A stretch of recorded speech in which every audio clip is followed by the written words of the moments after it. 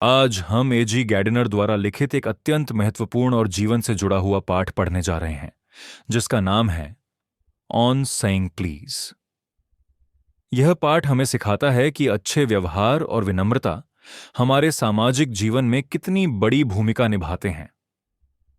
कहानी की शुरुआत एक शहर के ऑफिस की लिफ्ट से होती है। एक सुबह एक यात्री लिफ्ट में प्रवेश करता है और बिना किसी शिष्टाचार के केवल इतना कहता है, टॉप।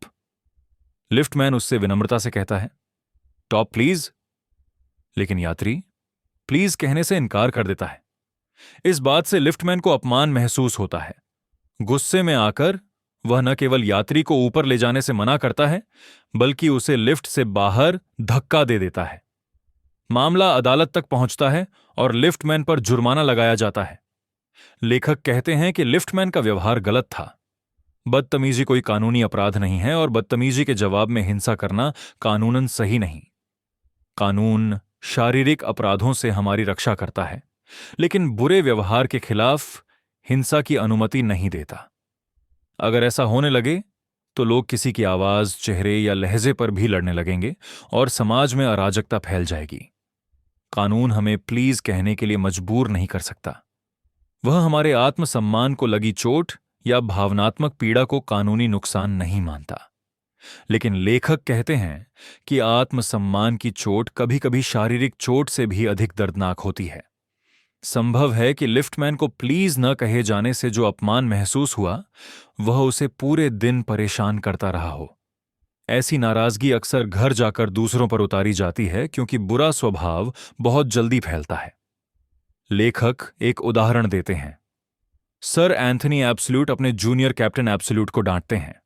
कैप्टन एब्सोल्यूट अपने नौकर फैग को डांटता है। फैग नीचे जाकर पेज बॉय को लात मार देता है। इसी तरह जिस आदमी ने लिफ्टमैन से सिर्फ टॉप कहा, संभव है कि वह अपने बॉस से बदला ले रहा हो। बॉस ने उसे गुड मॉर्निंग नहीं कहा था, क्योंकि बॉस सुबह अपनी पत्नी से झगड़ चुका था। पत्नी इसलिए परेशान थी क्योंकि रसोइया बदतमीज था, और रसोइया इसलिए नाराज था क्योंकि नौकरानी ने उसे पलटकर जवाब दिया था। इस तरह एक छोटी सी बदतमीजी पूरे समाज में फैल जाती है। लेखक कहते हैं कि बदतमीजी समाज को अपराधों से भी अधिक नुकसान पहुंचाती है। फिर भी कानून हमारे निजी व्यवहार को नियंत्रित नहीं कर सकता। हालांकि कानून हमें प्लीज कहने को मजबूर नहीं करता, लेकिन समाज का एक नियम है जो कानून से भी पुराना है, सभ्यता। प्लीज और थैंक यू वे छोटे शब्द हैं जो जीवन की मशीन को सही तरह चलाते हैं। ये शब्द आदेश और अपमान की जगह सहयोग और सम्मान पैदा करते हैं। अब लेखक हमें एक सभ्य बस कंडक्टर से मिलवाते हैं। एक दिन लेखक बस में चढ़ते हैं और उन्हें याद आता है कि वे पैसे घर पर भूल आए हैं। आमतौर पर ऐसे यात्रियों को कंडक्टर शक की नजर से देखते हैं, लेकिन यह कंडक्टर मुस्कुराकर कहता है, कोई बात नहीं, बैठिए, मैं आपको टिकट दे देता हूं।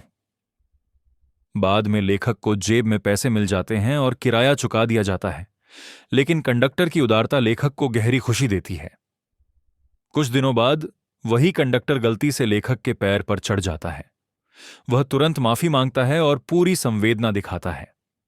लेखक बताते हैं कि वह कंडक्टर बुजुर्गों का बेटा, बच्चों का पिता और अंधे यात्रियों का सच्चा सहायक था।